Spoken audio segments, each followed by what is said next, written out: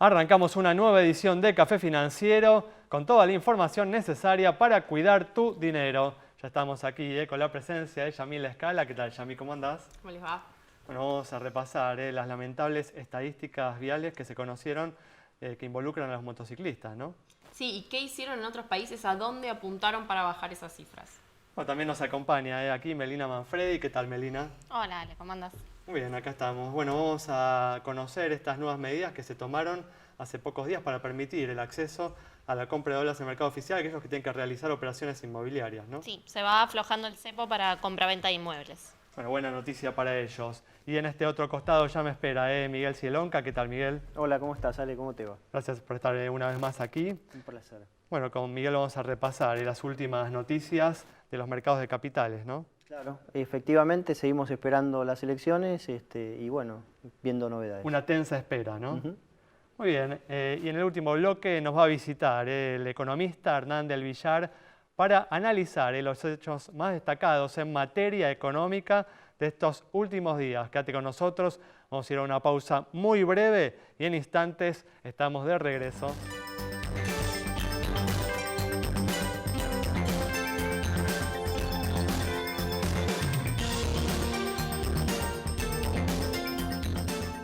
Muy bien, vamos a comenzar repasando las últimas noticias en materia económica y como preveíamos, hoy el director interino del Fondo Monetario Internacional, David Lipton, señaló que la Argentina deberá esperar por el desembolso de 5.400 millones de dólares que estaba previsto para este mes. Bueno, Miguel, era difícil imaginar que el organismo le entregara ese dinero a un país en el cual el que va a ser, ¿no? Casi con certeza, el próximo presidente dentro de unas semanas criticó con dureza el acuerdo vigente y no es para nada claro que tenga pensado, ¿no?, cumplir con las metas incluidas en ese acuerdo, ¿no?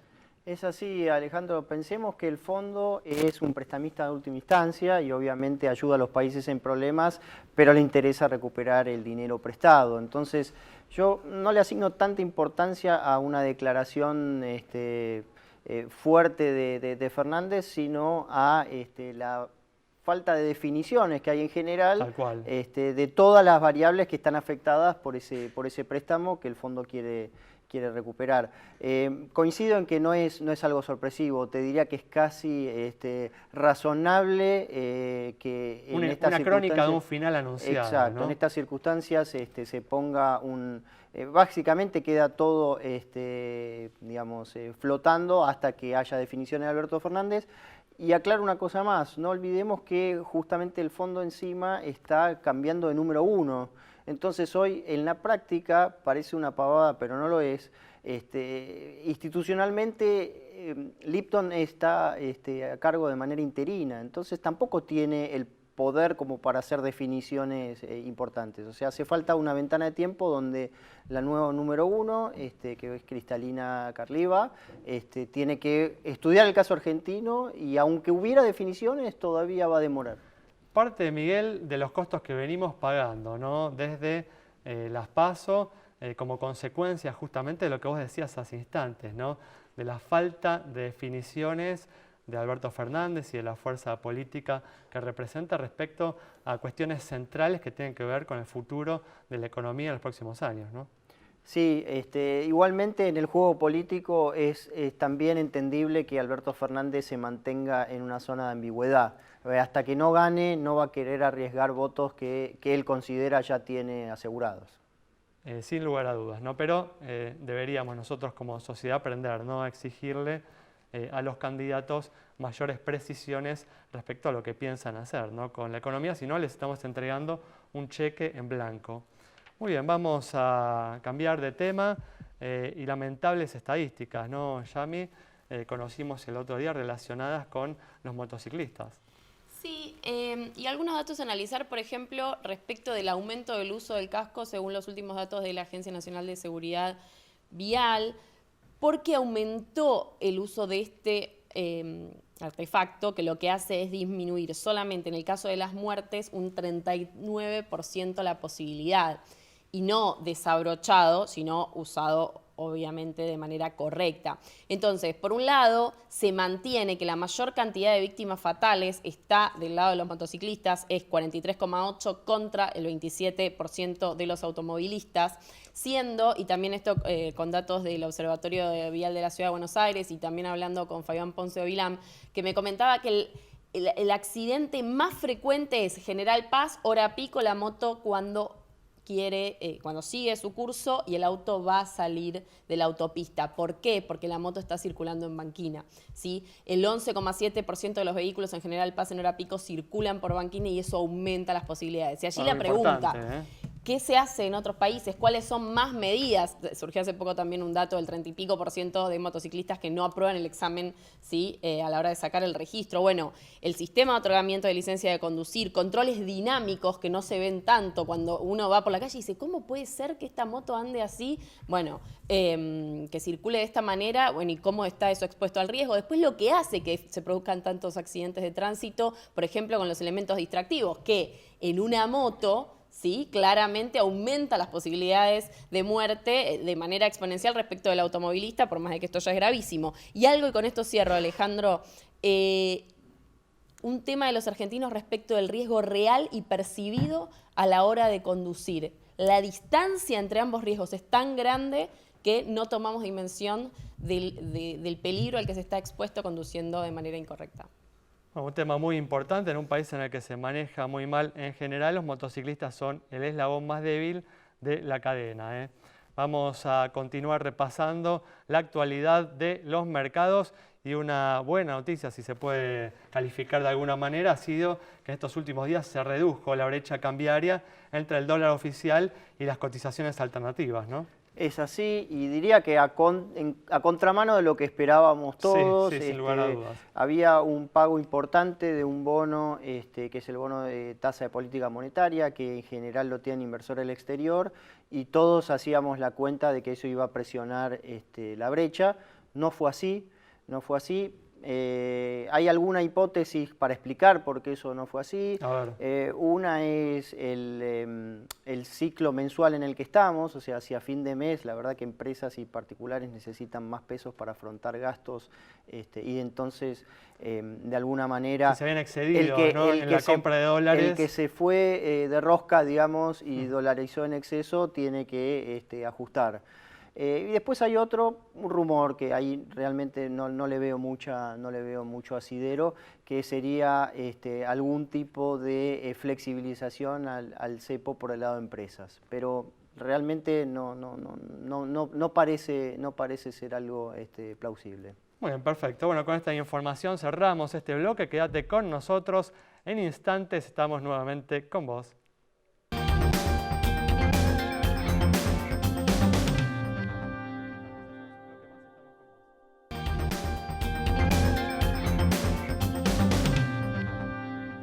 Muy bien, arrancamos este bloque y con muchas personas gestionaron, ¿no?, un crédito, Meli, en los últimos meses y con las restricciones cambiarias el dinero que obtuvieron o que van a obtener por ese crédito no les alcanza para comprar la vivienda si tienen que adquirir, ¿no?, los dólares en los canales alternativos al oficial.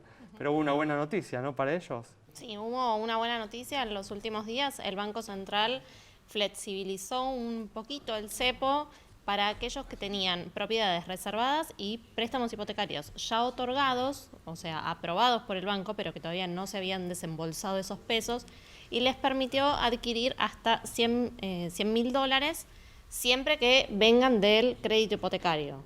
Esto quiere decir que si una persona, por alguna razón, tenía ahorros previos en pesos, eso no está contemplado en la flexibilización. Claro. Y los $100.000 que sí están contemplados en la flexibilización son en realidad un adelanto del cupo mensual de atesoramiento. ¿Qué quiere decir esto? Que si una persona compra $100.000, después por 10 meses no va a poder comprar sus $10.000 mensuales para atesorar. Siempre suponiendo, ¿no?, que en los próximos 10 meses continúe ese cupo, ¿no? Siempre suponiendo un montón de cosas, te diría. Pero bueno, lo cierto es que había unas 1.100 carpetas aprobadas en bancos que a partir de ahora podrán obtener los pesos y canjearlos por dólares. Esto siempre y cuando no suceda lo que vos decías, que es que la persona empezó a tramitar el crédito con un dólar a 45 y ahora con el dólar a 60, la casa sigue valiendo lo mismo en dólares y el crédito no alcanza. Pero bueno, por lo menos no compra el valor del dólar MEP o del dólar contado con liquidación, ¿no? Que Sí, es por aún más supuesto. elevado, ¿no? Por supuesto, y eso también ayuda a no incrementar la brecha cambiaria de la que estaban hablando en el bloque anterior.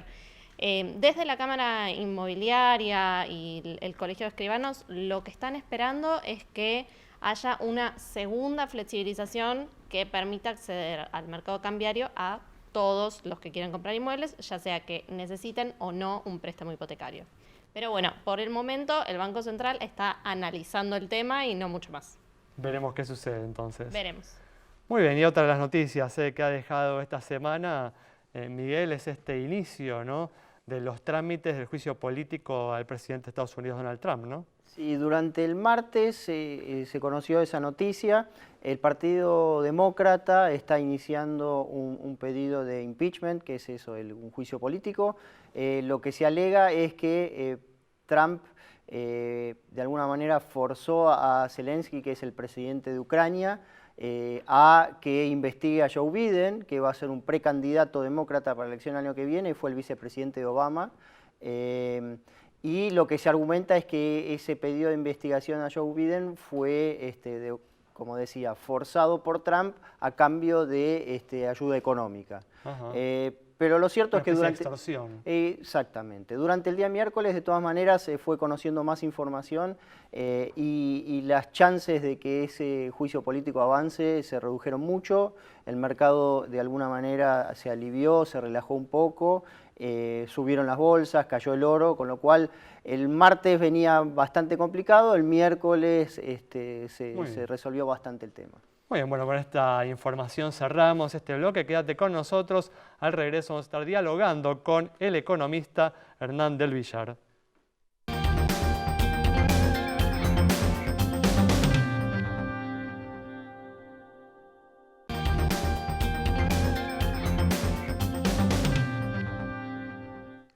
Muy bien, ya estamos aquí con la presencia del economista Hernán del Villar para analizar los hechos más destacados en materia económica de estos últimos días. ¿Qué tal, Hernán? ¿Cómo andás? ¿Qué tal? ¿Cómo andan? Gracias por estar acá. Gracias.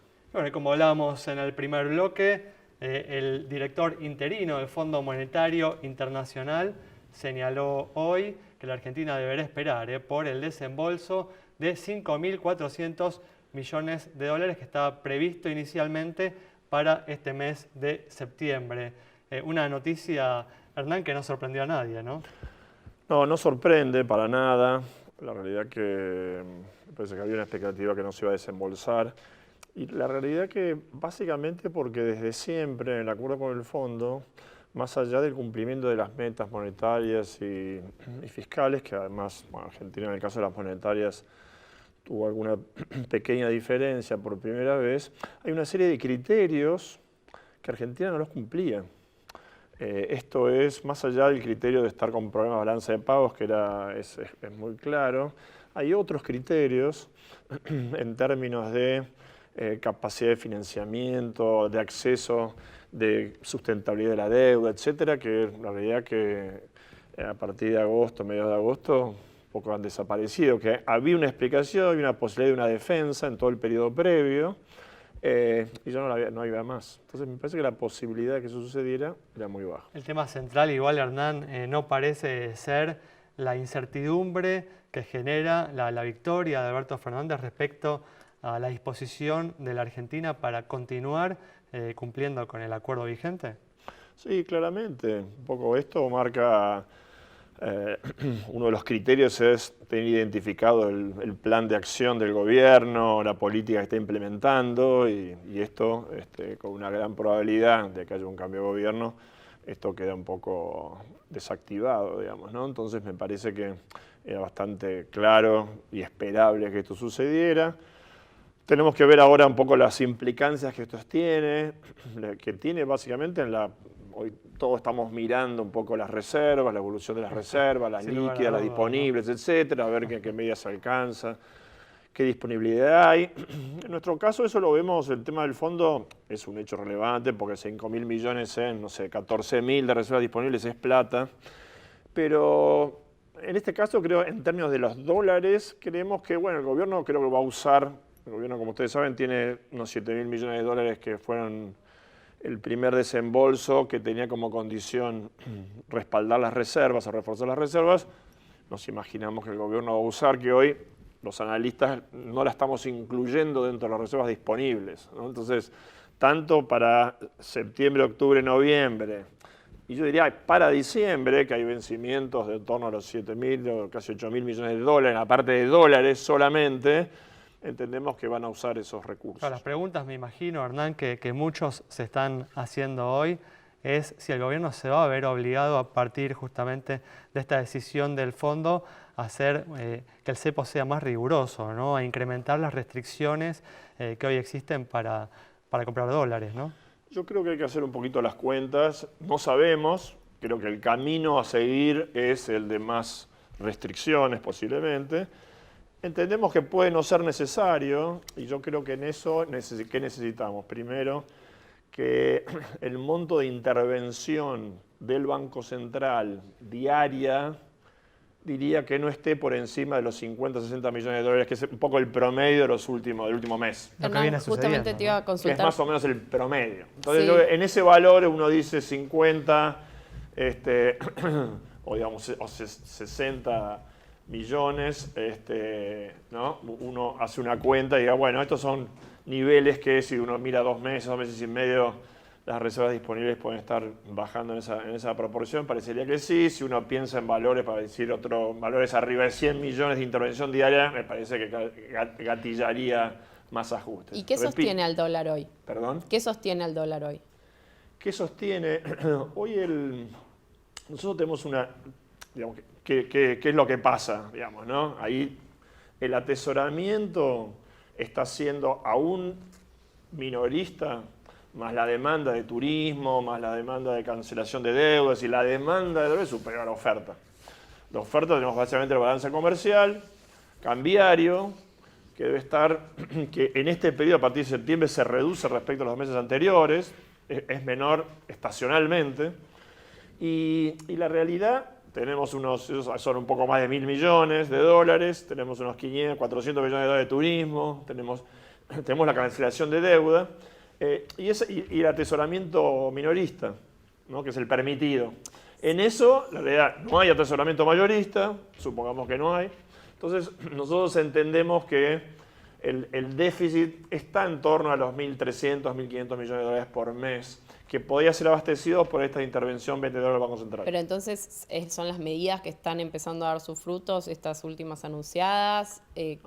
La realidad que es lo que pasa, si uno lo compara con los meses anteriores, el mes pasado. Sí. ¿No? El mes pasado el mercado mayorista atesoró 5.000 millones de dólares.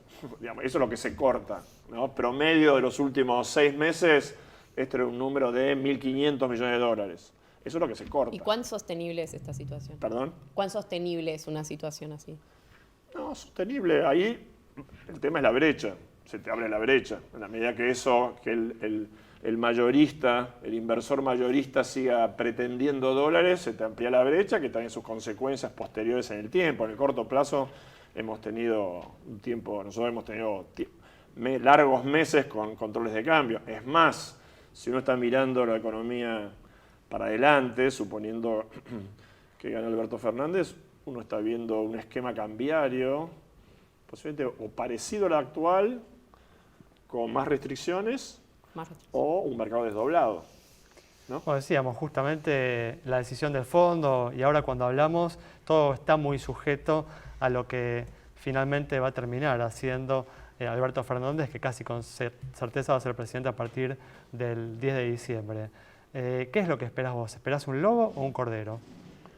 En realidad que no se sabe, digamos, ¿no? Yo creo que lo vamos a ir Obvio sabiendo. que es una opinión personal, Yo ¿no? creo que no vamos a necesitar esperar el 10 de diciembre. Ya A 27 partir de del octubre, 28 claro. de octubre me parece que la actitud tendrá que ser distinta, de ir dando algunas definiciones. Hoy, en realidad, que hay bastante incertidumbre en el mundo inversor, para no hablar de los mercados, para el mundo inversor, sobre un poco primero el rumbo, digamos, ¿no? Entonces, si uno espera un gobierno más peronista, tradicional, con el respaldo de los gobernadores, etcétera, con una mirada sobre la deuda, donde se va a necesitar técnicamente de alguna quita en el valor presente, pero no tiene que ser una cosa desmesurada.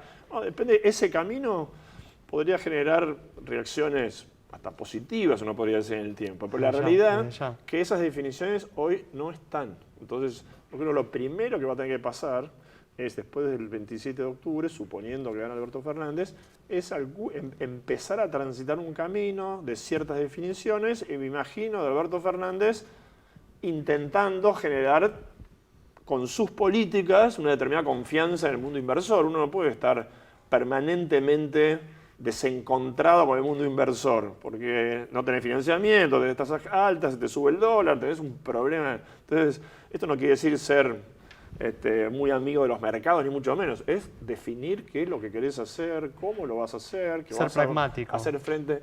Acá todavía hay un tema de rumbo, me parece, ¿no? Que es bastante relevante, que yo creo que Alberto Fernández lo aclarará y veremos un poquito las consecuencias. Pero hoy estamos en un momento yo diría, con menos definiciones que las que creíamos tener hace algunos meses. Muy bien. ¿No? Entonces me parece que eso está marcando. El corto plazo está bastante marcado, aparece el cepo, me parece que está bastante controlado, digamos, la actividad económica está muy baja, ahí no vamos a esperar, tasa de interés bajando un poco, ¿no? Ese corto plazo me parece tenemos que irnos, ¿eh? Hernán, muchas gracias. Bueno, gracias. Cerramos así el programa de hoy con el análisis del economista Hernán del Villar. Nos vamos rápidamente, nos reencontramos el próximo viernes a las 19:30 aquí en Metro.